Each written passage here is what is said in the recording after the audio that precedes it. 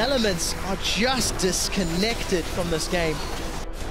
As they now slip down to 4-4 in the standings. And who would have guessed that? To looking so good on paper. Elements go 0-5. Losing streaks are really mentally stressful. Like, you keep thinking about things you could have done better. Kevin's gone to Elements now, starting and replacing Wicked there. We are not playing well. The atmosphere in the team is a bit shaky. They need to make some changes. They're down in the bottom, and you want to get out of that last place. Yeah, you definitely don't want to be stuck there for long. That auto-relegation's not looking too good.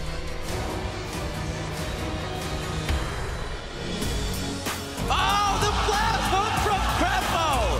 I've been playing League of Legends professionally for so long right now, so I have a lot of experience. Crepo started this play. Oh, it was so good. We have a lot of things to work on, but at the same time, there's hope for us. I hope we can just solve our issues, contest for the top spots.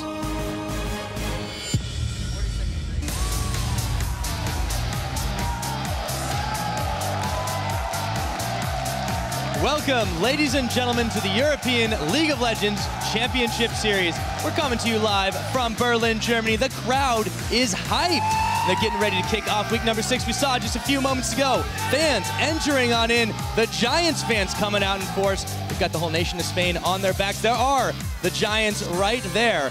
And they do look ready to start this day off. Here we go, Fnatic entering the building. Also, some serious faces, Stone Cold to start this day off. Hey everybody, I'm Devin Pyrotechnics Young, and joining me to kick off week 6 of the Spring Split is, of course, Trevor Quickshot Henry. Thank you very much, Pyro. I'm looking forward to the games, and something good to keep reminding everybody. Only 8 games left this split, so running out of time. They are running out indeed, but really quick, just for a moment, I wanted to take a second to wish a very happy birthday to the best mom, NA. Love you, Mom. Now let's go ahead and see where our teams stand as we get closer to the playoffs. In true European fashion, the table tells a completely different story than they did just a few weeks ago. Yes, it really does. Standing at the top is SK Gaming and Fnatic. They still hold on to first and second, respectively.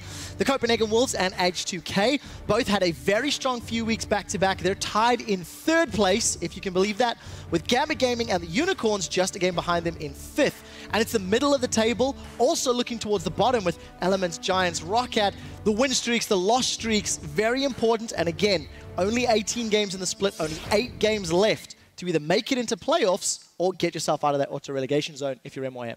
Yeah, they definitely got to be careful of that. Coming closer now, those teams are going to have a chance to battle it out on stage later today, but we're going to get things started in just a few between Giants Gaming and Fnatic. Then, of course, the Unicorns of Love will face off against SK Gaming. Roccat will square off against the Red Hot H2K, and later on, Gambit Gaming and the Copenhagen Wolves will both look to keep their win streaks alive and continue to climb up those standings. Yeah, we'll have to see where they can end up. I'm personally looking forward to the Unicorns of Love versus SK matchup, see which team can bounce back after going 0-2, and actually see who can adjust their play style. So that's my game of the day. Yeah, the innovation is definitely a big plus. These teams have really been stepping up in all the different things they've been doing. And throughout today's action as well, we're going to be keeping an eye especially on H2K and their seemingly unstoppable top laner, Odoamne. Yeah, I'm a massive fan of Odoamne. This is a guy who's had fantastic performances across multiple champions, but last week in particular, his Gnar is just mind-boggling. 13 KDA. Whenever he is engaging for his team, H2K seem to be doing well. And since Kasing has been brought into the fold, the team has just taken off.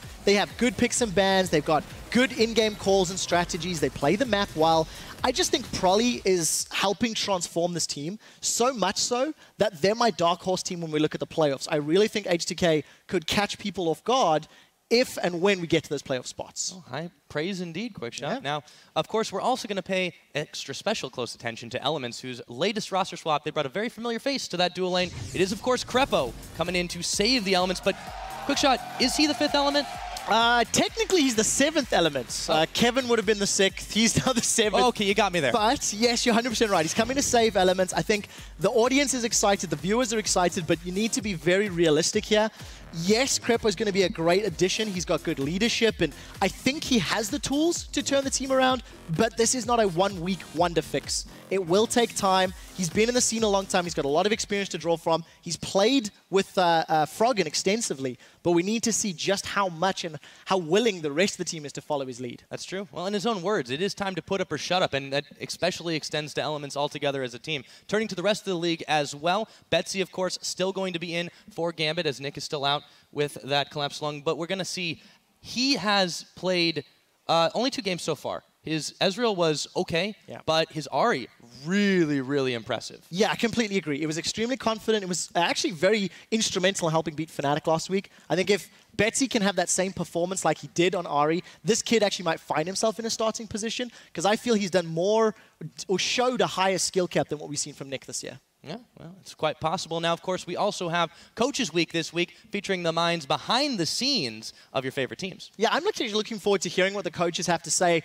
with regards to the games, the matchups, especially their opponents. You can learn quite a lot on how much a team understands their opponents. And this is the first time that we've dedicated this amount of time to the support staff behind the players. So I'm looking forward to hearing Shox and Deficio break it down with them on the desk and finding out what the coaches feel about the league. Yeah. And funny you should mention that. We're going to go ahead and send it over to the analyst desk, where we are joined by our first 2 guests of the week. Thank you very much, Pyrotechnics. I'm Evie Shock supporter, joined here by Martin Deficio Lunge, and we are here with 2 LCS coaches. That is SK Gaming's Inner Flame and Sheepy from the Unicorns of Love. Welcome, gentlemen. Thank you.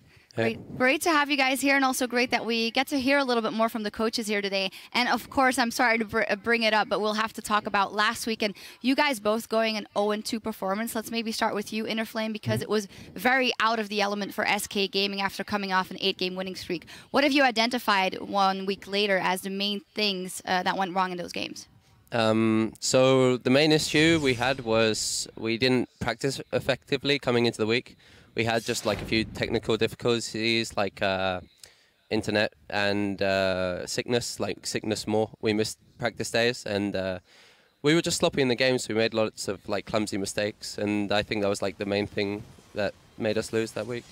And how do you, as a coach, then, after your team have gone 8-0 first, they lose the first game, how do you make sure everyone is still feeling okay and believing in the team and trusting in their teammates? Well, of course, like fixing the issues first. Sickness is like probably done now, so just play more really. Play more, try and catch up for like lost time. Same question actually goes for you, Sheepy. You guys coming off a pretty rough week as well. After the week before, you went 2-0 finally. Then last week, everything kind of fell apart. What did you identify as the mistakes? From our side, I think that mainly we should have put more emphasis on our practice. It was a time where we had people over to our house, and we did a lot of stuff outside of the game, and that was really new, and as well on the LCS days. This is something we will be more careful about in the future, and it just got us a little bit sidetracked, and I think we were not as focused compared to the weeks before. So I think this is something where we have to chime in first. I would also really like to know from both of you, how much do you practice, like the teams here? What is the standard schedule for an EU LCS team? Are we talking 8 hours of scrims, or how's it looking like for you guys first, Sheepy? A normal practice day is usually people are waking up at different times, but everybody should be ready to be interactive at like 12, 13. Usually people have already started playing solo queue, and then there's the normal practice hours. I think there are 2 different ways. The first one is you play a 1 best of 5 per day. And the other one is you have a 15 till 18 practice block, then 1 hour practice off, where you usually eat something, and then from 19 till 22, and then afterwards people play solo queue. So a typical day can go from 8 to 11 hours. Where do the replay watching come in that? It comes usually after, and I have a specific amount of time before and after the scrims just to look at something. And also we have on our end, we have Saturday and Sunday as a really start prepping for the team that we are facing, so we can already practice peaks and bans. Is it the same for you guys, Inner Flame?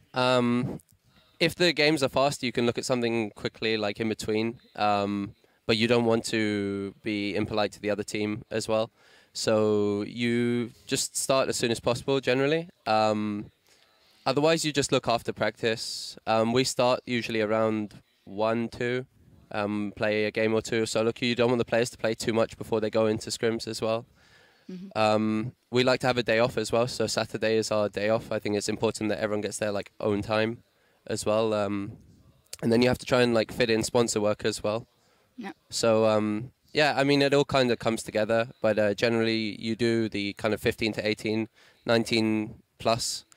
And closer to playoffs, I think like most teams will do the like 1 best-of-5 a day, just to try and simulate things as best as possible. You mentioned that there's a lot to do, a lot to fit in. You, of course, have a huge team behind you as well. Sheepy is just you and a couple of others for now. You guys are facing each other here in the second game of the day. So, Sheepy, give me your thoughts on that matchup. Haven't been able to beat SK yet. This could be the next big thing. Last time we played against SK, we felt really strongly about the matchup.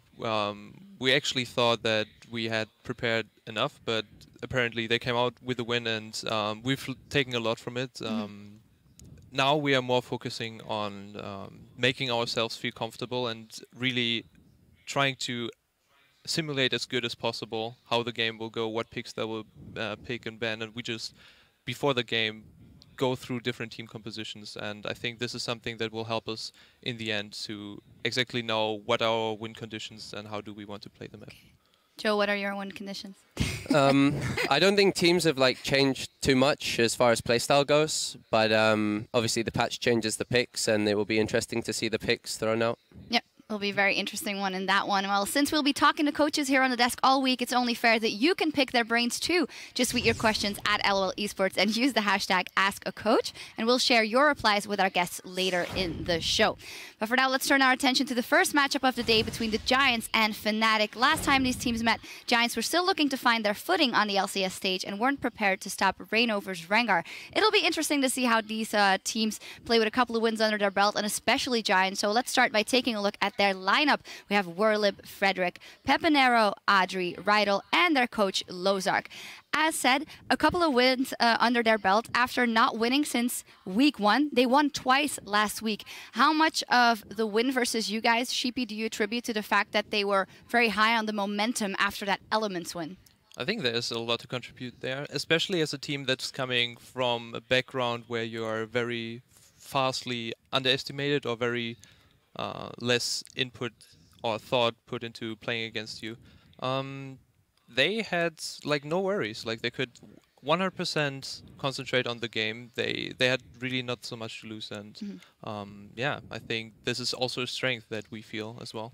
Yeah, and I think for Giants, when you watch them play, even though they've been down in the bottom of the standings nearly all the time here in the LCS, they still seem so focused in the game. Against Elements, they were really far behind. They go in for that one steal with Frederick where he gets the Baron, and instantly they know exactly what to do. They go 5-man bottom lane, get 3 kills, win the game. I mean, that focus for them, even when they're behind, is really, really important when you're playing these bottom tier games, we can call them, because again, you want to beat them. Beating Elements means they can almost climb above them in the standings, which is a big thing for Giants. Yeah, that Baron steal, by the way, versus you guys especially, that was interesting. Yeah, sometimes we tend to make Nashers not the safest way. I think we had also a talk when Crepper was on the analyst desk about our Nashers being optimizable, and in this regard, I think we talked a lot about it afterwards, and yeah, I hope it doesn't happen again, especially not today. Fingers crossed. Innerflame, what is your take on the Giants? They did win 2 games last week, but do you see potential in there for top 6?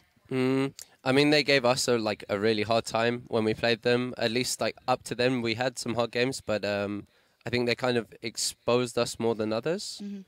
They showed like real good team composure as well. Like playing against Elements, they came back. Like all the odds were against them, right? So you need like a lot of team composure to like kind of get yourself together and like capitalize on the mistakes of the opponent. Yeah, they will need a lot of team composure versus Fnatic as well. Turning to the other side of the rift, let's take a look at that lineup for Fnatic. Huni, Reignover, Febevin, Steelback, Yellow Star, and their coach Daylor. Another 1-on-1 week for them, 7-3. Day 1, of course, they had that win versus you guys. There was a lot of talk about the picks and bans. Maybe they banned out Freddy of some sorts. And were you guys thrown off, or was your game plan thrown off of what they pulled out? No, I mean the picks and bans really went how we thought it would. Like I said, it was a lot of like individual errors from us, and that came from not being able to practice enough. Yeah, I mean that was basically it. I think we were exposed a little bit, but again, a lot of it was due to us not being able to practice effectively. You guys actually beat Fnatic the week before. What did you make of that one-on-one performance and kind of the things that they also can work on? Because when they play good, they are godlike, but then they still drop the ball a couple of times. I think they had a really strong early game, especially against us, and overall, they are very pick-oriented team. They play picks like Lissandra, they play Rengar, And those picks are just, if you are not on top of your game or you just slack off at some point and let the tempo go down, then there's a lot of potential to come back, which we capitalized on when we played against them. So mainly what I think is really important is that they just keep on fighting the whole time. And I think you also heard it before in the voice chat, Huni is usually the one that is very straight, go for the objective, Dragon, and yeah, I think that's something that's really admirable. Yeah, I mean, like, I think Huni played like really well against us. He had like a lot of clutch rumble ults. He did die, I believe, in like when Forgiven and that like outplayed him, but yeah, I mean, like we heard that one. Yeah, right. But I mean, he like came back and he like did a lot of good rumble outs, like especially on the Baron fight. I think that was like the main turning point in the game. It kind of stopped us from coming back, and they like snowballed from there. I think it's very clear we have seen when you play against Fnatic, Huni is the guy you have to look towards in terms of bans. You mentioned his Rumble, absolutely fantastic. You were talking about Lissandra being very important for them as well. Yeah. Those two bans needs to be here for Giants. Shut him down, because Fnatic has shown when he's on a tank, they're not playing that well in terms of team fighting, so they need him to be on a carry, and that should be banned away by Giants. Yeah, one final thing. You mentioned they just need to keep on fighting, which is actually something we identified from you guys as being a flaw. Is that your general, as a coach, strategy? We should just keep fighting all the time? I didn't mean it exactly this way. It was more like be on top of the game the whole time and don't, you know, have periods where you're not talking. Something around this. I think that Fnatic overall, compared to us, has like a very clear win condition. They go for the picks, they go for the rotation for the towers, and this is usually their bread and butter. And at some point they are just so strong that you can't even 1v1, 1v2. Like, there's at this point they are just becoming too strong. And for us, I think that it sometimes looks very uncoordinated, and I think this is something that overall every team can improve on. Just not drop the ball, be focused, and always look for these opportunities on the map. Yeah, we'll see how you guys play out. Thank you very much for joining us here on the desk. While the LCS rookies have brought new life into Fnatic's play in 2015, changing the top and bottom lane have also meant that they have a more international style of shot calling. 저희 바텀도 일단 2명 다 프랑스인이라서 뭐 다른 라인에 상관이 없는 그런 커뮤니케이션이라면 거기도 막 불어를 쓰기도 하고, 그리고 저희도 이제 탑 정글 사이에서 또 뭘 하려면 일단 영어로 정글러가 일단 탑갱을 간다고 말한 다음에 일단 그게 탑갱을 간다 하면 우리 바텀하고 미드가 조심해야 되는 거라서 일단 그런 거는 영어로 말한 다음에 이제 그 이후에는 어떻게 해야 하는 것은 뭐 저희가 다시 한국어로. Find a communication system that works for you. That seems to have gotten them at least 7 wins on the board so far, Quickshot. Yeah, and it has. It's something that keeps ringing true when you think of Fnatic. It is their playstyle. It is their pick-oriented focus on the game. I like to sort of compare them to an old Millennium from last year. They very, very focused on one style, but Fnatic do it well. And Yellowstar said, we've only been playing since the 6th of January. Give us time. We'll learn. We'll grow. We've not seen that yet. And maybe this is the week. Yeah, we're going to have to see it sooner or later, though. Teams are starting to figure it out a little bit of a rocky start on that 1-1 in this week. They had a fantastic performance against SK, not so much against Gambit. We'll see what they do in this next one, though, because Giants Gaming, this is the real test for them. Yeah, I think so, too. For Giants, they need to make sure they start grabbing some wins. As we've said, they're very close to meet your makers. Deficio highlighted the important champions for the top laners. Jax is taken away from Giants, Rumble taken away from Huni. What I'm very interested to see is if they're going to go for a first pick Rek'Sai. Something that we've seen from Reignover is that when he's not on Rengar, Olaf, or Rek'Sai, he doesn't play anything else. We've not seen him play Lee Sin, we've not seen him play Jarvan, and Jarvan we've not seen him play anywhere.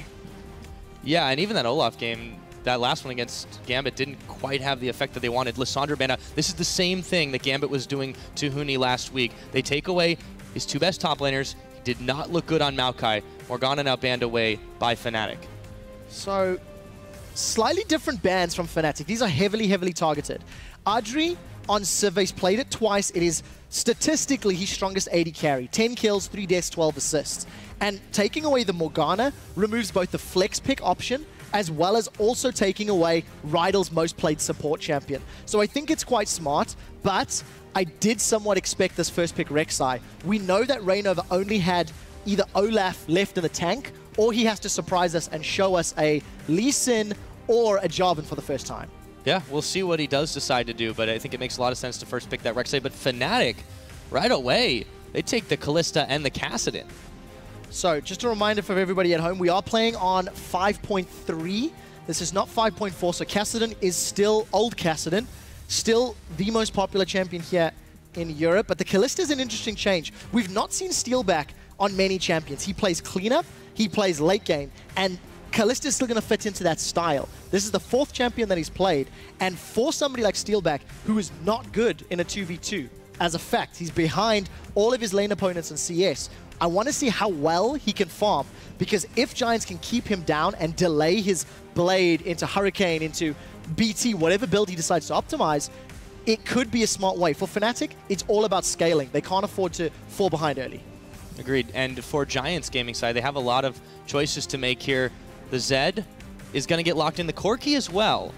So I was thinking he might go for the Graves, but the Corki also makes some sense in this situation. And now Fnatic have the opportunity here to pick up the other Cass and potentially send Huni on the Kassadin, or even switch it up that way. I mean, Huni does love these AP mages top. Yeah, that's definitely the case. But I do want to touch on the Giants lock-ins. With Zed and Corki, they needed magic damage threat, because Zed and Rek'Sai already a lot of physical being put on the map, as well as some split pushing power. I like the Corki. It's going to give you wave clear. It's going to give you some of that mixed damage to help itemize, and it's also going to synergize with an early to mid game power spike. So if Frederick can have some good ganks and move around the map effectively, he can combo with that Zed and Corki very effectively. You're right, and Giants have been looking like a team that's so much transformed from what we saw them in the early stages of the split, being much more proactive, moving around the map, securing objectives. Yes, they were losing for quite a lot of the game against Elements until they turned that around, but in their next game, it was so much more proactive against the Unicorns of Love. And there we go, Fnatic, they get the lock-in. They take a Nunu and an Alistar. It's already a very different team comp than what we're used to seeing. So, as you said, this is something different. And this is all about control. This Nunu should go into the jungle, and it's going to allow Reignover to move around the map to look for some counter jungling and get some vision down. Something that I love from watching some of the LCK region Nunus is just an early Sightstone and just littering the map with wards. Fnatic have got the highest wards per minute placed of any European team this split, and if they decide to play that same style, it's going to allow a mobile Kassadin, a mobile Kalista to move around the map. You combo that with the CC from Alistar, and you do have a very scary skirmish team. But for Fnatic, they've got to be a little careful, because their front line is all about mobility. They're all about dancing around in team fights, as opposed to just sitting down and full-on sort of death-balling somebody. And on the side of Giants, so we're going to see the Kennen lock-in for Werlib. He has played a number of champions up top, but so far, Kennen has not been one of them. On the other hand, Rydal, he had been denied the Thresh quite a lot. It was actually banned out several times, and now that he has a chance to go back to it with Morgana being taken off the table, that's what they choose. Statistically, Rydal's not been as good on Thresh as he has on Morgana, so we need to see if he can level up his Thresh game. But the story of Werlib here in the spring split, when Jax got banned away after week 1, this is Werlib's 9th champion in 11 games. So he's really struggling to find a champion or a playstyle that's going to fit into both his team comp and his ability to impact the lane. But what I like about the Kennen, again, it rounds out your damage. You've got a good mixture of AP of AD. You've got a Giants team comp that feels like a Gambit team comp. They're going to be focusing on engage and on damage. And as long as they can get the squishy damage threats of Kassadin and Kalista, they should actually have a good team fight. It's all about finding the champion and getting rid of him quickly. And in all the craziness that has been this pick ban phase, Gnar ekes his way through to the very last pick. Huni's going to be able to pick that one up. We'll see how he does on that. He's played it once, hasn't had a win on it. I don't know. Look, Huni's a great player, and there's a lot of fan support behind him, but his Gnar performance, it actually may have been against the Unicorns, if memory serves, was not particularly strong. He was not landing his ultimates effectively. He had some hops and some stuns from the wallop, which was half decent, but it was not the same level of mastery or control that we've seen from the likes of his Rumble or his Lissandra. What this does do, though, is with the Gnar CC plus Nunu, it buys a huge amount of zone control. There's not a lot of champions that can get through the Gnar, then get through the Nunu to get to a Kassadin and a Kalista. So the only role that Huni and Reignover are going to be playing in this particular matchup is zoning, keeping people away from Kalista and Kassadin, because if they do not do that, the double damage threat is at risk of being outscaled, at risk of being shut down. if the squishy team of Giants can get ahead. Because, of course, they don't have a traditional tank. Yeah, I'm glad you brought that one up. A very, very squishy team. So, I mean, I feel like they're going to butt heads. There's going to be a lot of blood. But what do you guys think about all of that? Let us know with your tweets in this matchup. Go ahead and send those tweets over to @LOL Esports using the hashtag FNC win or GIA win. But we're loading up onto the Rift for the start of week number 6. The crowd is hyped. How about you at home? I'm looking forward to seeing what Giants do. If we go back and we look at the week 2 game, or week 3 game rather, between Giants and Fnatic, Frederick actually had a very good start to the game, playing against Reignover's Rengar. And he counter-ganked him, he read Reignover's early pressure, and it got Giants first blood, it got them decent enough lanes. The problem is, Frederick and the rest of the lanes, they couldn't maintain that level of performance. So they fell behind after repeated attempts. Reignover's not going to have that same level of impact. He's not going to have that same ganking power on Anunu. This is a lot more about vision, about control, and about scaling. Yeah, and I'm really curious to see what Fnatic wants to do overall in this early game. You see that Giants have gone for the lane swap up top. Right now, Huni has no idea this is happening. He knows vaguely that Werlib's in the area, and they're going to ping each other out. But that, you know, that's almost like a fake out here. It's like, oh, he's going up top, so I don't have to worry about the 1v2. Yeah, we need to see how Giants play this lane out. The opportunities are there. With Rek'Sai with Thresh, you can set early picks up. And in terms of the 2v2, the fact that Yellowstar is obviously on this melee Alistar, not looking to get into a lane where he can get bullied. You don't want to ever be in a position where Rydal on Thresh with that Relic Shield is just going to keep hammering away, keeping you down, so that Yellowstar and Steelback are going to be farming. You know, we touched on this earlier. Steelback at 10 minutes is traditionally down a minimum of 9 CS, an average rather, of 9 CS against his lane opponents. So we need to see if that happens again, because he's on a champion that needs to get early farm and needs to get those items. We'll see what he does indeed. Steelback himself making moves up no. top, but he's going to run into the brush, and he gets flayed back, ignites on, burns his flash. Here we go, Rydal.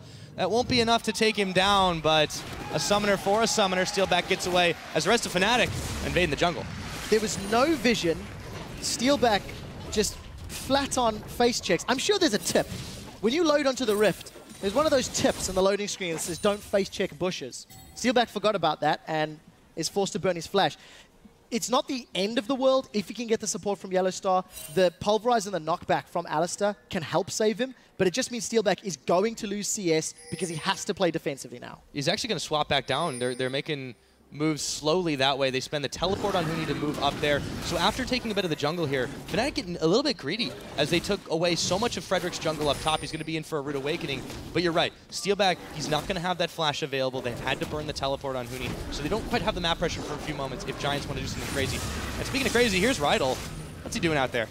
So Reignover set himself up for a 3 buff. This is a decent start, despite the fact that Steelback lost his flash top. Reignover is going to at least slow down Frederick a touch. It's not the end of the world that he's lost the camps, but it is a positive position for Reignover to be in. I want to see if he can make it to his blue buff before anyone from Giants manages to set themselves up.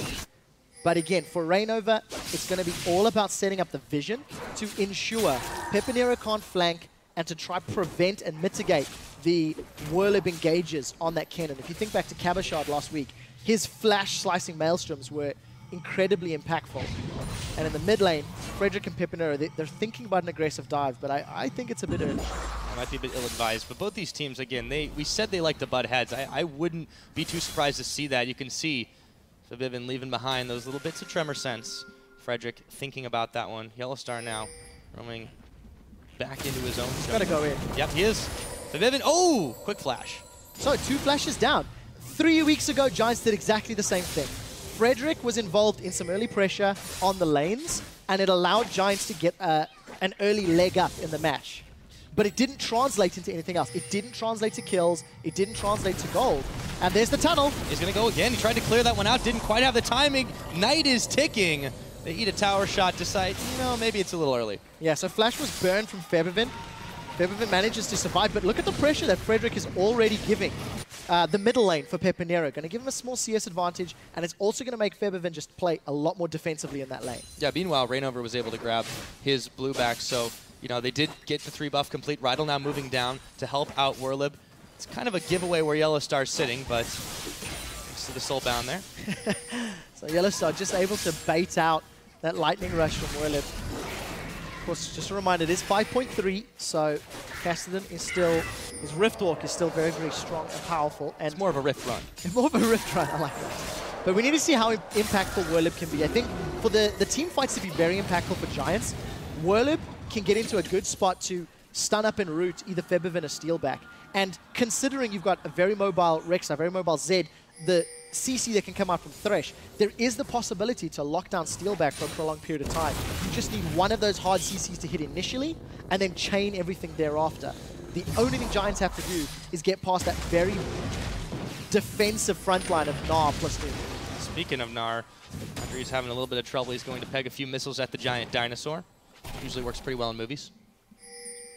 Only if you're the good guy, and that's relative. It's true. In the LCS. But Frederick, again, just trying to play aggressively. He's got himself that Stalker's Blade and trying to control Reignover's jungle. This is important to note. Nunu generally has very good clear time, has the ability to move around the map quickly and place wards, so we'll see whether or not Reignover can get control. Right now, Pepe's in trouble from Yellow. He's been surrounded. Yep, he gets the death mark onto Reignover, tries to move his way out of danger, and he does because the rest of Giants were coming up. Crisis averted for Giants Gaming. Both teams really roaming a lot around the map. And that's something I also just realized that we didn't talk about in Picks and Bans. The wave clear is next to non-existent for Fnatic. So if they get into a position where they have to defend from a siege, they will have the engage power of a Gnar plus Alistar. But if Giants can keep poking them down, get some damage from Corki, and have an opportune time with the wave, they could, in theory, get some good damage down early. So for Fnatic, again, it's all going to come down to the vision. They can't afford to get caught out of position, or they'll lose big chunks of their towers and eventually the tower itself. Yeah, they have to be very, very careful of that one. And Giants, on the other hand, definitely trying to dictate the pace of the game. Taking a look at that fan vote. Fnatic Nation coming up big with an 82%. Thinking this one is going to be in the bag for them. But Giants, they have surprised us in the last couple of weeks. Yeah, he's hanging out up top. I expect Audrey to be in a world of hurt in just a minute. Gnar against the wall, the knock up, the knock back, and the exhaust for the insurance policy. This is going to be first blood, and it goes over to Huni. Meanwhile, though, Giants respond. Well executed. Can Fnatic push the wave in? We need to see how quickly they can get damage onto the tower. The rest of Fnatic are going to dance around. There's no support here from Steelback. He does have his flash available. But yeah, well executed gank. The roaming Yellow Star was able to set up a very strong play. That was the Giants fans down in front of the bleachers supporting the Dragon kill. You have to weigh up what the difference is. I think getting Huni off to a positive start is good. Yes, it's not been from jungle interaction, but that's fine because you can have a roaming ganking support instead. Therefore, Fnatic still have their pick-focused style, but it didn't equate to an objective or even damage on that tower. Yeah, they kind of waffled for a moment. They just sat there and, oh, okay, do we push this? Okay, no, we're going to go ahead and back. But it was a really good first blood, but they did give up something for it. So Giants, this is a team that we have seen in the last couple of weeks evolve to get to a point where they're very, very confident. Okay, something happened. Now we're going to go take advantage of something on the bottom of the map. That is what the best teams are able to do very seamlessly, and they're stepping up to it. I've been very impressed at how they've changed week over week. Interesting first item pickup here from Pepanero. Done for the Hex Drinker just to go for this extended lane against Febiven. And needlessly, Rod picked up for Werlib, thanks to getting a good amount of farm. So fair amounts of power for the Giants members. Reignover is coming to gank. Werlib has his slicing Maelstrom as well as the flash, insta-flash. Yeah, he has to immediately. Still gets the house thrown at him. So Werlib not having the easiest of times, but he's got quite a lot of damage there. Giants back in their own jungle. Pepanero looking for, looks like the Scuttle Crab will be onto the menu. Yellow Star getting caught on a hook. They get some serious damage on him, but he heals a portion of it up. And there's a perfect example of the terrible wave clear from Fnatic in action. Steelback is slightly behind on CS despite losing flash early. The lane swap allowed him to farm up relatively well, but Yellow Star's not going to do anything without relic stacks, and even in that scenario, he still has to get in range to take a death sentence. So you can see Audrey and Rydal pushing the wave up. They've got a pink ward in the river. You've got Reignover, who's not a particularly strong ganker. Giants have got a very good strategy to take advantage of the comp they're playing against. They know there's no wave clear, they know there's no Rek'Sai for that hard engage on a gank. As long as they can see Nunu running in, they've got all the time in the world to play with. Yeah, Giants, they hold several more cards in that situation. Gold is about bang even in this situation. Only 100 difference separating these two teams, and that is in the pockets of Fnatic. Rydal tries to push Yellow Star back. There's the flash. Reignover going to throw it on the ice ball. The knockup. Do they have enough damage? Absolute zero. Going to get moved away. Frederick now collapsing on the pile, and Audrey is going to make some help for him. Steelback now is the one that goes down. They're looking for Reignover for round number 2. Can they get the second kill? It looks like it. Audrey is going to come up with that one. Giants counter gank too strong. It was very well played. I initially thought Rydal should not have stuck around, but he baited in Fnatic to go deeper. Fnatic had to run all the way down the lane. Frederick flanks from behind, and just a well-executed counter gank, like you said. Fnatic trying to focus Rydal, and Audrey, still with 100% HP, went untouched in that fight. So a very good play from Giants. They're taking advantage of their lane matchups. They're taking advantage of their opponent's lane weaknesses. And that's what's allowed them to get this near 2,000 gold lead. Yeah, and just like that, we were mentioning a moment ago that it was just about even, but those 2 kills, they changed quite a lot there. They got the tower on top of it. There's the Rek'Sai Scream, just going to be going for some tasty, tasty farm. But Fnatic, yeah, they're not seeming to be responding quite well to these situations. They've set up a couple of plays. One's gone well, but they've traded a dragon for it. A second one now has completely fizzled out, and it's Giants that are on the offensive. So to go back to picks and bans, take away Lissandra and Rumble from Huni, take away Rengar and Rek'Sai from Reignover, and they're in trouble. Febiven is not in trouble just here, he had the support. But the problem that we have is Fnatic have a different style, especially in the laning phase, with this roaming support and this supportive jungler. Fnatic need to get to the mid game. They need items. And look, no wave clear. Giants take another uncontested tower. Yeah, it's too dangerous for them to get up in there and try to push things back with the way Giants are playing right now. So 2,000 gold lead, as you said, in favor. They're leaving Steelback on bottom just to try to farm out the wave in a safe lane that he's got now. But look at this, Giants. They're free to roam into the Fnatic jungle and just continue to push the vision game back to try and collapse on members of Fnatic and make them feel unsafe. Yeah, and for Fnatic, they need to stop hemorrhaging gold. If Giants can keep control of the jungle and keep extending their gold lead, Kassadin and Kalista are never going to have enough time to power up and never going to have enough farm to have the damage to get through all of their opponents. You look at Febiven, he's got no combat stats outside of some HP to survive Pipinera's burst. So with that in mind, for Fnatic, it's all about trying to stall the game out over the next few minutes. I can't see them defending this top tower if Giants fully commit. But let's see what they can do. Reignover's got his full ultimate available. Febiven's moving up. There's actually 4 members of Fnatic just to defend the outer tower. Yeah, they're spending as much as they can. So it's a 4v4 in this situation. I don't think Giants really fancy taking that one so close to the Meganar farm. But if they can wait this out on the next wave, they can certainly push it in. Meanwhile, so many wards being cleared out here by Giants. There's the Meganar going up. Huni's actually going to wander right into Whirlwind and Frederick, who barely blink about it. Frederick's the one who gets his back stopped. But again, they can come back anytime and do this whenever they want. Yeah, for Giants, because of the wave clear, because of the fact that they have control of the lanes, you're 100% right. But it was around this point that Giants lost control the last time they played Fnatic. The thing is, though, that was 3 weeks ago. And last week, Giants absolutely demolished Unicorns of Love. Interestingly, after all of the talk of Giants and how well they were doing, a missed time of backs allows Fnatic to pick up an uncontested tower. And that was just poor decision-making from Giants, but well played from Fnatic to realize that the numbers had gone back and they could push the tower down. Let's see if Giants can pick up the second dragon in reply. Yeah, they do have the positioning on this one. Not quite enough damage just yet. It's just Audrey and Rydal here. Here comes Pepinero as well. And you can see that Frederick, their smite's kind of off at an angle, just trying to box them out and make sure that he sees the vision on. This should be an easy dragon pickup for Giants Gaming, and they have been so fixated on these objectives. That one goes over to them. Still, gold gap, only about 1,000 now. So Fnatic trying to steal blue buff. You can see Giants trying to respond, but Frederick is surrounded by Fnatic members. I thought there may have been some altercation coming out with Kennen moving in. There's the opportunity to engage, and it looks like Giants want to pick it. Yep. Frederick gonna go ahead and lay down the smite. Grabs him the blue buff back, steals it back away, rather, from the members of Fnatic. Speaking of steal back, he's going to go ahead and take his red buff up in that topside jungle. But yeah, Fnatic, they made a good move up top. They took advantage of the timing window that they had. They still gave up a dragon, though. What impresses me about Giants this game is even in the situations where they're making mistakes, they have been able to get something out of it. Yes, I think that's fair.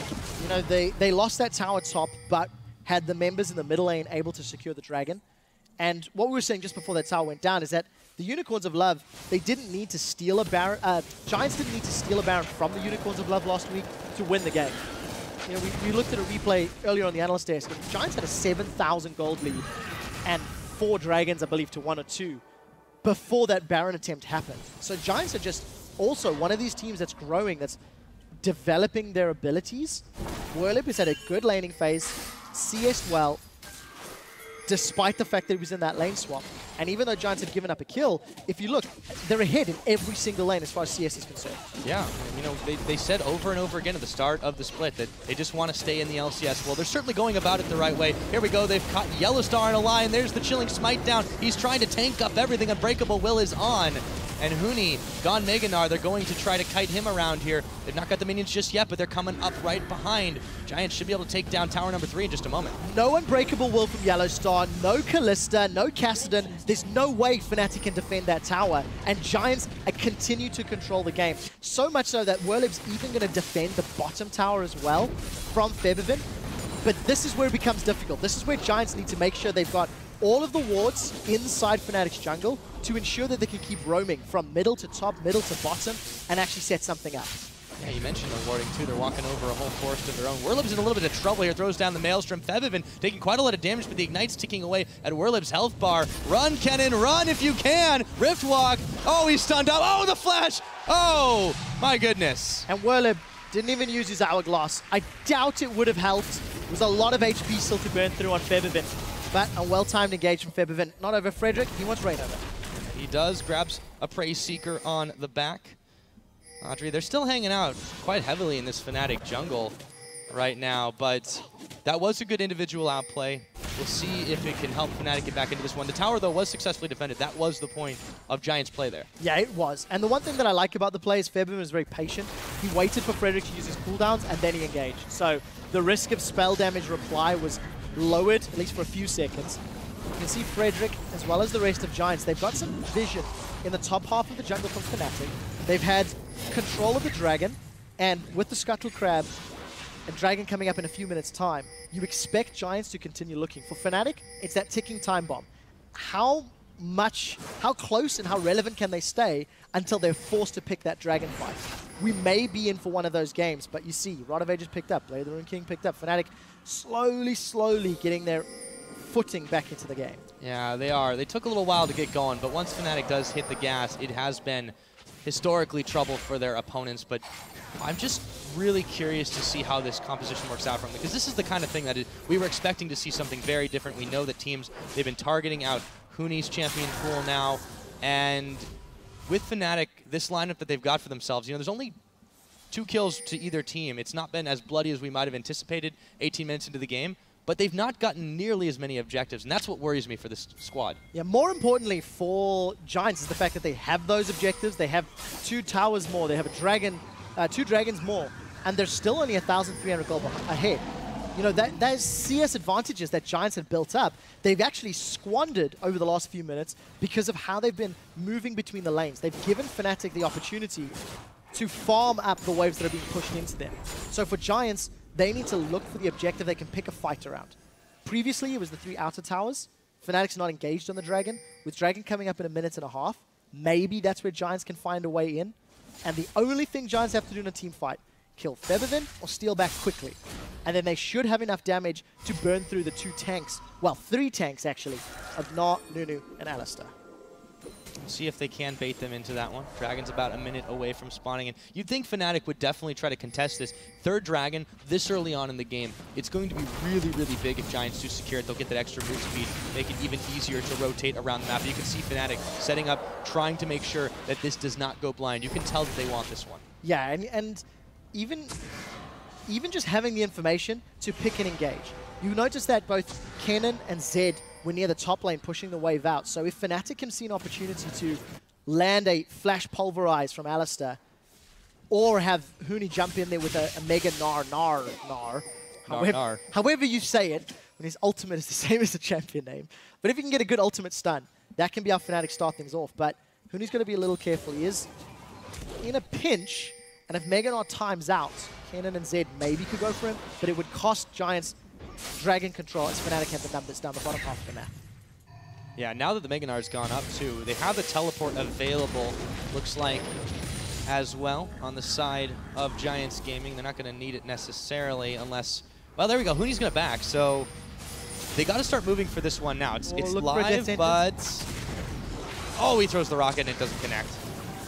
So Fnatic actually made a power move here to get themselves in Dragon position, but it's going to be so hard for them to fight for this. Now, it will be, but keep in mind, Fnatic have got the Fates Call engage. If Alistair gets pulled up, he can be lobbed into the Giants team, but teleport. The initiator. Yeah, there's another teleport as well, and kind of just waffling around for a moment, and actually it's going to be Whirlip that's caught out. He's going to come in with the Maelstrom on the Lantern. Yellowstar's health bar is melting. They're going to look for Rainover and Huni. Deathmark on Exhaust as well. Steelback is the one who picks up Rydal to start this off. Big Gnar against the wall. It's a double kill going over to Steelback. Giants are scattered. They pick up another 3 kills to none, and that is a well-earned Dragon. Giants had one task to win a team fight, and it was kill Steelback or kill Featherfin. But the rest of Fnatic were able to zone the Giants away. You saw Pepinero and Frederick diving onto Steelback, trying to catch him, and simply could not do it. A perfectly executed team fight from Fnatic.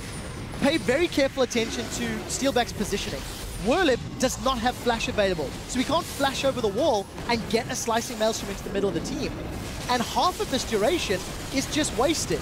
I actually really like the absolute zero from Rainover, because yes, it was interrupted fairly shortly, but it kept Fnatic away from the side lanes. And once Steelback was at risk of dying, he then pulled Yellowstar to him for Yellowstar to do some healing and some zoning. But again, just a very, very well executed team fight from Fnatic. Giants couldn't find the target. Yeah, could not at all. They grabbed a tower after the fact. They went to go mid. They nearly picked off that tower, but then, of course, we got into the pause. I mean, so much action in just a few moments. And that just kind of seems to be the calling card of Giants games. This time around, didn't quite work well for them. Yeah, we'll have to see if Giants can bounce back. We just heard from production that Huni is doing a quick client restart, so hopefully we can get him back into the match. Ooh, the cheer is going up. Oh, yes, put headphones for back the headset. Oh, okay, okay. So you can see, of course, that big swinging control. Giants were ahead, 1,500, 2,000 gold for the majority of the 20-minute laning phase, but one team fight, one tower, it's going to be 2 shortly, and Fnatic now regain control. Yeah, this is the power of Fnatic and their team fight when they manage to find the angle of engage on you. They had those 3 super tanks. They made sure that nothing got through the wall that was Fnatic's front line. And Giants, they took a moment. They hesitated after the teleport, and Whirlip was kind of like, guys, do we go? Do we not? And that was all it took for Fnatic, and they took the fight. And the problem is, Whirlip teleported into a ward that was not optimal. If Whirlip had been able to flash over into the river and get the slicing maelstrom down on 3 or 4 members of Fnatic, with the fact that he had the Hourglass and the Sork Shoes, that damage could have helped kill Steelback. You saw Steelback was down to, what, 10, 15% in the team fight? So purely not having that flash available is what cost them the team fight, in my opinion. Whirlip had to grab that lantern, he got pulled away. His ultimate simply fizzled because there was nobody around to stun, there was nobody around to hit. Yeah. So for Fnatic, it worked out well, worked out in their favor. And I'm very interested to see how they play these team fights, because there's a ticking time bomb. Once Steelback gets his QSS and once the Hourglass is picked up for Featherfin, that also reduces the target option for Pepinero. Yeah. Well set and well timed as we get right back into the game. Audrey is able to pick up a kill onto Rainover in all of that. But yeah, Fnatic, they pushed in quite hard once they were able to get that fight. They got a Dragon, they got a tower, they nearly got another tower there, but they've overpushed just a little bit. And of course, not the worst thing to lose your big Nunu when you've got even more there in the tank, but Yellowstar is going down. It looks like Audrey getting a killing spree, and Rydal goes in for the hook, and they can't quite find anything else there. But Giants, they're just not perturbed by anything. Now, that's the one thing that does work into Giants' favor. They are not reliant on being absolutely... they're not reliant on their ultimates, because they've got Death Sentence, because they've got knockup from Rek'Sai. They're going in again. Speaking of the knockup, they get Steelback, and he's going to get taken down, but not before he picks up the jungler, Frederick, there. They trade 1 for 1. Managed to get a bit of a shutdown on the 80 carry from Fnatic and walk it out. And every time Giants can land some of that hard CC, with all of the damage threat behind it, you see how quickly they kill a target. Giants have got 3 kills in the space of a very short period of time. They've got deep wards into Fnatic's jungle, but they need to make use of it. They need to either bait Baron or push this massive top wave into the tower. Looks like they might be going for option number 2 there. Quick shot Giants, yeah, the issue with what happened in the last couple of fights is that they gave so much gold over to Fnatic, who'd been starved of it just a little bit. They started getting items back in their pocket. Even if Giants were getting some themselves, it's a little bit troubling. There goes down the Smite. The minion wave's a bit depleted, but Giants still looking to push this one in. 3 members of Fnatic here to defend. Well, Fnatic is on the bottom side 4 now with Steelback. So because of the fact that Frederick wasn't in the top lane, Giants played defensively. They knew that they had a numbers advantage, at least getting up to the tower, but with Steelback moving up there, Giants play it cautiously, play it safely, and back away. Fnatic was pushing the side lane the entire time, still farming himself towards his hourglass. And a decent push from Giants, but a much more impressive defense from Fnatic. Mostly the threat of a team fight, keeping Giants back. That expended a lot in those previous engages. Yeah, considering the lack of wave clear that we were harping on earlier, it really is impressive that they've been able to push them back, just force them, hey, no, if you want to take this tower, you are going to have to fight for it. And Giants aren't really having any of that after that last dragon. No, they're definitely not. But I think had Giants had Frederick with them, as that additional front line, as that additional sort of disruption, they may have been more optimistic in the push, but sadly wasn't the case. So Fnatic hold on to the inner turret. And look at the itemization really quickly. Steelback got the makings of a Bloodthirster as well as the Blade of the Rune King. Once again showing you just how important it is for him to sustain and survive through a fight. He's going to get all of the movement speed and attack speed from Blood Boil, so that's going to synergize with the, Blade of the Rune King damage and the sustain from the shield for BT, etc. So as long as Steelback can just continually attack in a team fight, not get stunned, not get locked up, he should, in theory, be able to sustain. But there's a lot of threats he needs to dodge and avoid. Yeah, there are. He's been doing a pretty darn good job of dodging out a lot of those threats of Giants, but they're really keying off of him. They are diving in the backline, to just completely ignoring the Alistar, completely ignoring the Gnar if they can, to just take him out first. Especially since Fnatic is not quite as big at this situation. I think that's the smart move, but the execution needs improvement. Yeah, for talking about execution, Giants have lost a tower because of some, shoddy positions. They've got great vision in Fnatic's jungle. They haven't necessarily denied Fnatic's vision. If you look at the ward placements, Fnatic have got quite a few strung out across the defensive parts of the top half. So for Giants, they need to use this vision they've built up to either make a play towards Baron or towards the top. Instead, they're going to catch Huni. Oh, but Huni's going to be able to hop, and there we go. Pepinero going in for a mission, but he might not live through this one. Exhaust is thrown down. Rainover checking too far forward as Whirlit picks him up. Febiven now, Yellowstar coming in with a big knock-up, and Febiven is going to get pulled in. Audrey with another kill. Mega Gnar nearly ready, but Huni might not get a chance to use it. They're debating if they want to find this. Here we go. He's going to go up the Gnar. Completely whiffs. Audrey, though, is going to be the sacrificial Corki. It is a 2-for-1 in favor of Giants. Fnatic managed to catch Giants out of position. Pepinero blew every single spell he had on Rainover, the jungler, the front line, and didn't manage to take him down for the longest period of time. Take a look at how, everybody's AoE hits everyone. There's a fantastic cannon ultimate that put the stall onto Fnatic's team fight, but then Steelback just lobs Yellowstar back into Giants in a moment or two. For this team fight, because of the fact that Giants did not kill Steelback or Febiven quickly enough, they focused Nunu initially, it's the reason Giants were unable to win the fight. And unfortunately, as Huni goes Mega Gnar, we just see the problems that Huni's had. Mechanically, just not on top of Gnar as a champion, in contrast to his Rumble or his Lissandra. I agree completely. It's been night and day in his usage of those champions. Now, nonetheless, the timely transformation, he was able to push the rest of Giants off. Still a 1-for-2 trade for Giants. They've got a bit of the map control now with the Scuttle Crab finished off and Dragon spawning in about 15 seconds. But Fnatic not too far behind here, and they still have that gold lead. They still have the will to fight. It's going to be close. Yeah, considering Fnatic have got so much banking on Steelback's late game power, and the fact that Steelback's been able to survive both previous team fights, Giants need to make a much more coordinated team fight. Mega Gnar is active on Huni. He does have teleport available, so we'll see if Fnatic want to engage. And they're going in. Oh, it gets stolen away. Rainover with the pick on the Dragon. The fight's going to happen right after as Febiven picks up Pepinero. Whirlip in some trouble. Rydell, he's going low as well. They've already gotten 2 for none. On top, how about 3? Steelback comes up big, and Fnatic complete the collapse on Giants. 2 for 2. And again, just the story of every single team fight. Pepinero and Frederick are not capable enough to take down Steelback. They jumped on him as best they could, and they couldn't get through the Blood Boil, the BT, and the Blade. So Fnatic with 2-3 kills are going to set themselves up for a fairly easy Baron. With stacks from Ren and Anunu, there's no way Frederick can steal this. He's certainly going to try, however, but Fnatic moving in, the Gnar against the wall, finds Frederick, can he tunnel? Oh, they take down the Baron, he just needed to be CC'd up, and now Frederick trying to beat a retreat, flashes over the wall, Fnatic is there, the Zanyas is on, they take down Frederick after Audrey and a Baron on top. 28 minutes, Fnatic coming right back. Just like that, Fnatic are now in absolute control of the game. With the Baron, the Dragon, multiple team fight wins. The main thing, again, is just the damage threats of Fnatic are never in trouble.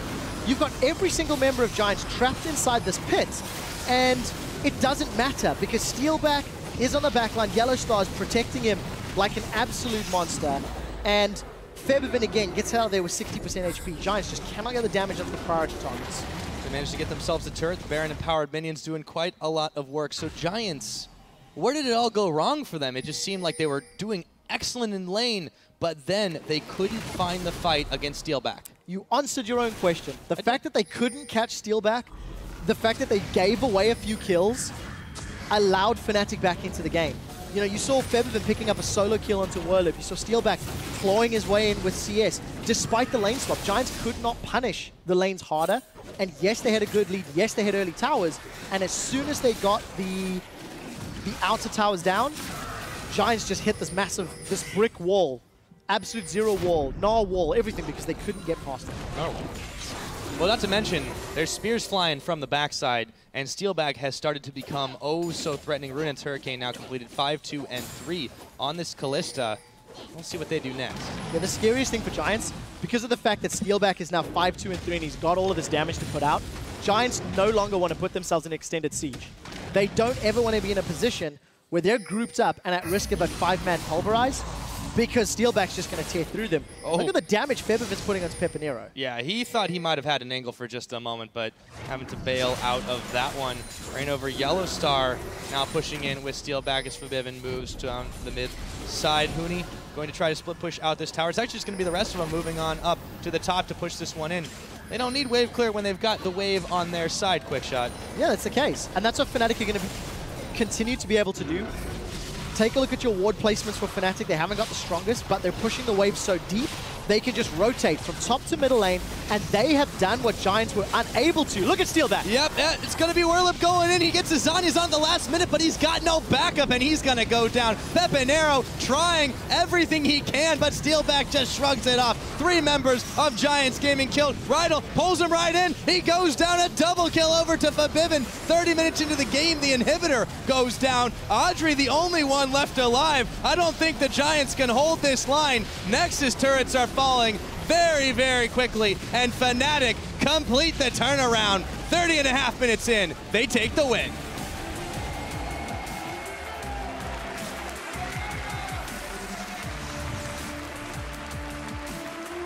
Despite a strong start from Giants, they just simply were not able to take advantage of their lead.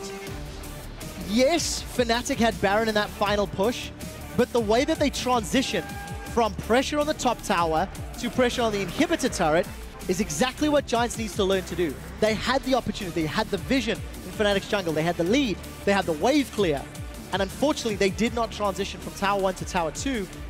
That is what gave Fnatic all the time they needed to scale. Big cheer going up for the Fnatic fans. For just a couple of moments, it looked a bit uncertain, but the faithful were not shaken. And a big smile on Huni's face. He's really famous now. And you know what? That was a better Gnar performance. You know, if you look at his stat line, 2-0-10, he was in position more often. Yes, 1 or 2 ultimates whiffed, but it was his ultimate on Frederick at the Baron pit that sort of guaranteed that safe objective. And the front line, I always felt like he was in the right place.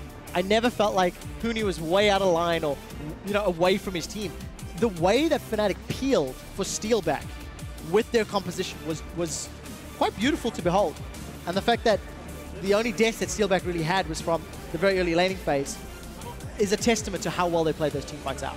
Yeah, and I feel like they played out exactly what they needed to once they started scaling up. Once Giants got a little over-aggressive, and started losing a couple of fights. The gold back in the pockets of Fnatic, they used that so efficiently to complete the items they needed. They started getting individual picks. Giants started getting scattered.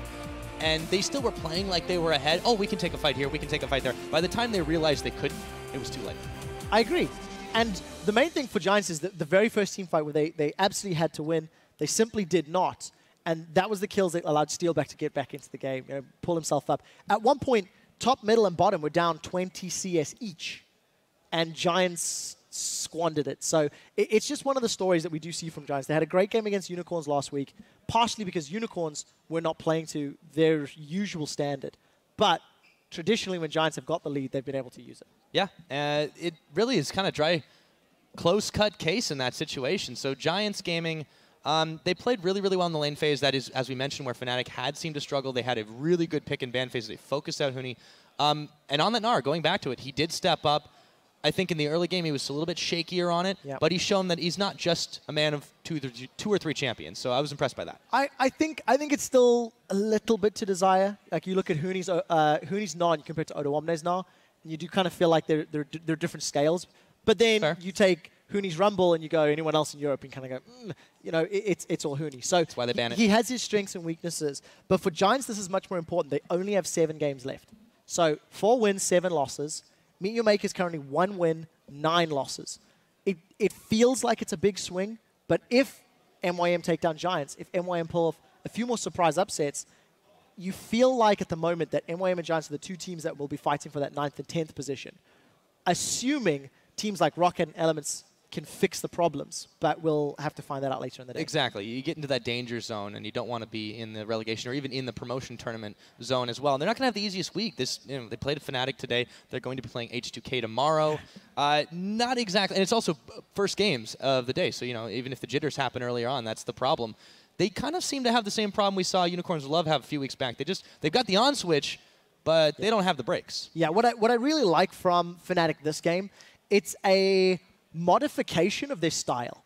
They weren't actually very focused on pick. They weren't very focused on kill somebody then take a tower. They were a lot more focused on, look, we'll wait for the team fights. We've got this reactive kiting and zoning team comp, and once you jump on us, we'll just outplay you in team fights. They've done it against every other team. Fnatic have got phenomenal team fight communication, despite the Korean top half and French bottom half, like we heard in the pregame feature.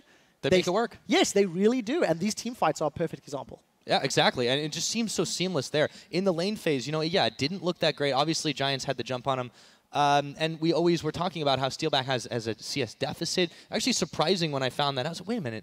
He's behind the lane. Yeah, that's right. But then he gets massive. Yeah. And it's because they protect him just so well. And they have so much map pressure all over the place. So really impressive in that regard. And an instant lane swap. From when Steelback lost his flash up top, you saw Huni teleport. You saw Steelback back away and say, look, I don't want to be in this lane.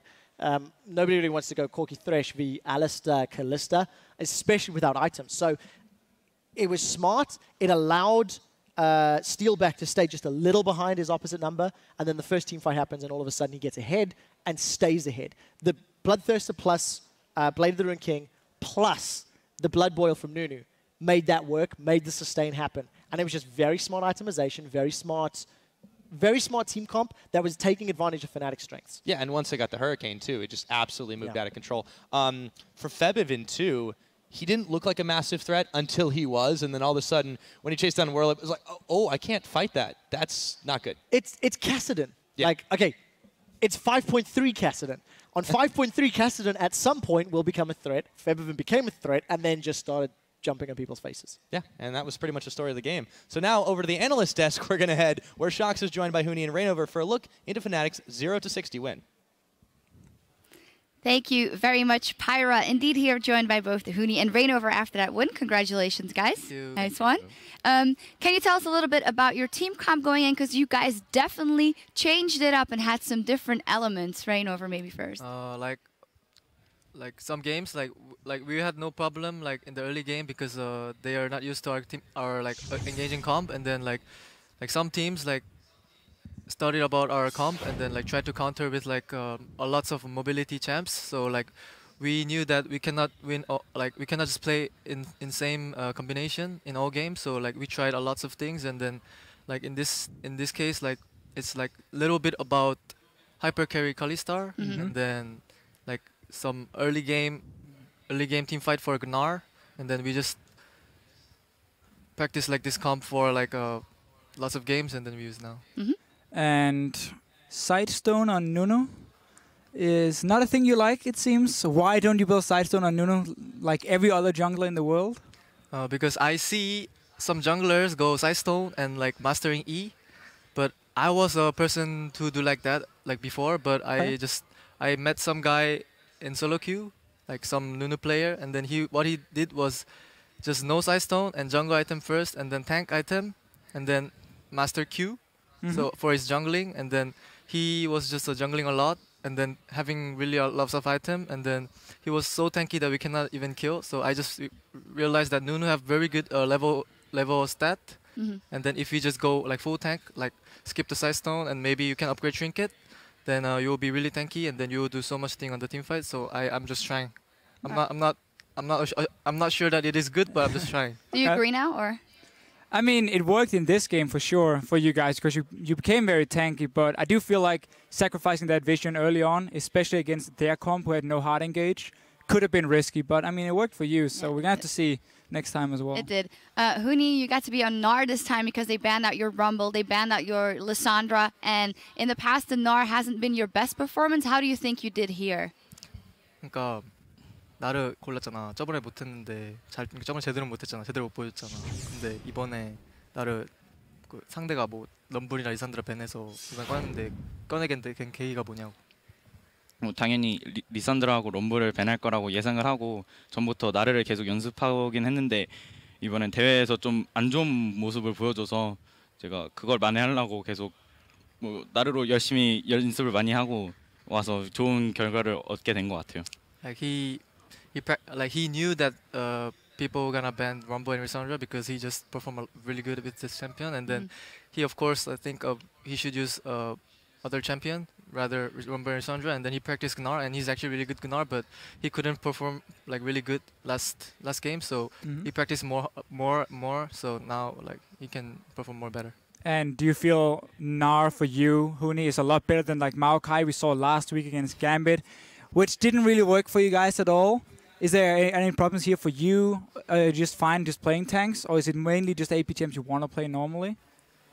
Except for maybe the Gnar. 저번에 마오카이도 같은 탱크류인데 제대로 잘 안 됐잖아. 그러니까 네가 AP 딜탱류를 그러니까 AP 딜탱류를 그러니까 탱크를 잘 못해서 그러는 건지 아니면 그냥 저번 주에는 제가 너무 SK 게이밍과 이긴 다음에 그 다음 매치업이 갬빗 게이밍이었는데 제가 너무 방심을 크게 한 것 같아요. 너무 들뜨고 마인드 컨트롤을 제대로 못해서 뭐 다음부터는 이런 일 없도록 열심히 좀 더 좋은 모습 보여드리도록 하겠습니다.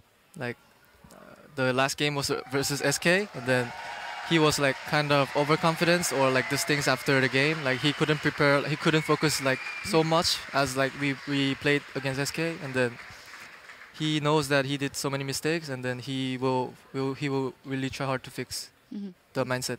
You guys did try harder in this one versus Giants, although they did get a lead fairly early on. Well, let's actually get a replay up on the screen because this is a fight that I thought could go in Giants' favor if you guys didn't do it well. So Rainover, talk us through it. We knew that Kenan TP on this side over the wall, and then we talked about that Kenan have no flash. So we Bora ordered that we should go for Kenan first because he don't have flash. So we go for Kenan, and then after Kenan comes up like in this way, then their team fight comp is not really good. So we could focus on Zed and kill Rek'Sai for the tank lane first, and then we just get the Drake after it. Yeah, and you said that team comp couldn't really do too much in this fight here. I mean, the comp you guys played, how do people really pull off these like hyper carry peel comps? What's very important for you guys in team fights to win? I think.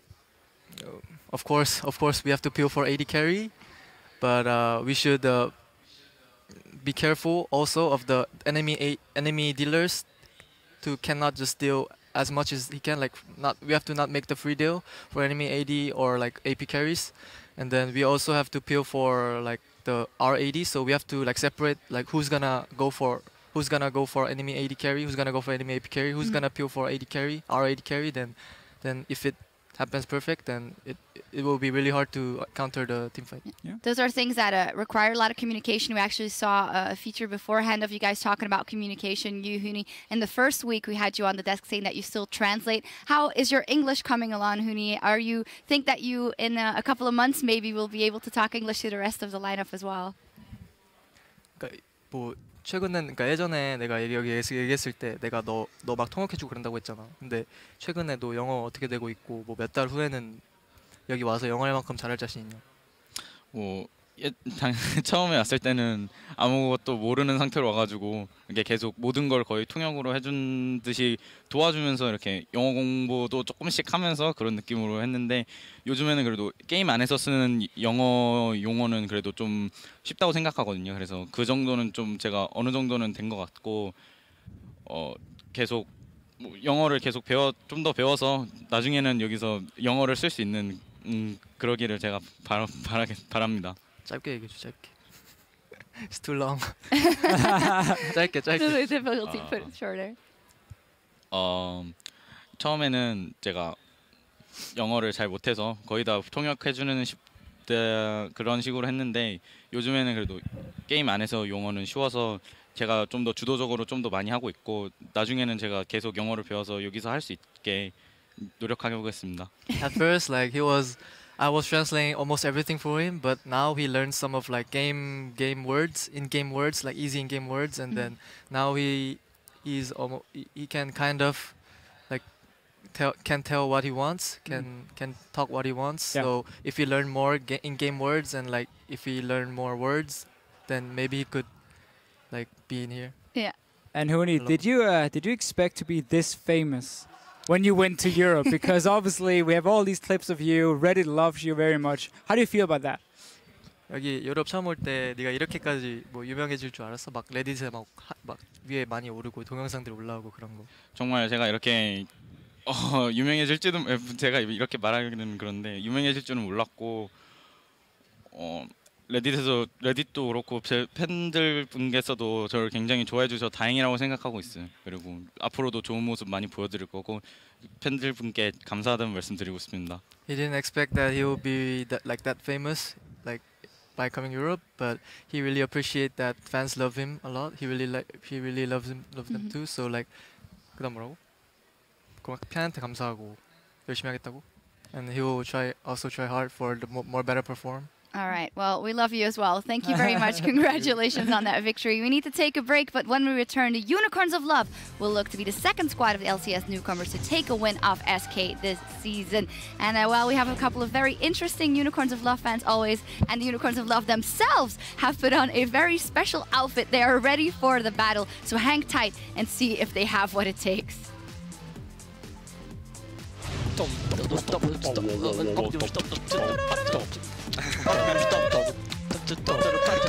Let's go party! Oh yeah! On the Lantern, Yellowstar's health bar is melting. They're going to look for Rainover and Huni. Deathmark on Exhaust as well. Steelback is the one who picks up Bridle to start this off. Oh, but Huni's going to be able to hop, and there we go. Pepinero going in for a mission, but he might not live through this one. Exhaust is thrown down. Rainover checking too far forward. I work. I go first. Go. I steal. Cannon. Help me. Kill set. Nice. Cannon. Rek'Sai. Nice. Yeah. But he's got no backup, and he's going to go down. Pepinero trying everything he can, but Steelback just shrugs it off. 3 members of Giants Gaming killed, and Fnatic complete the turnaround. They take the win.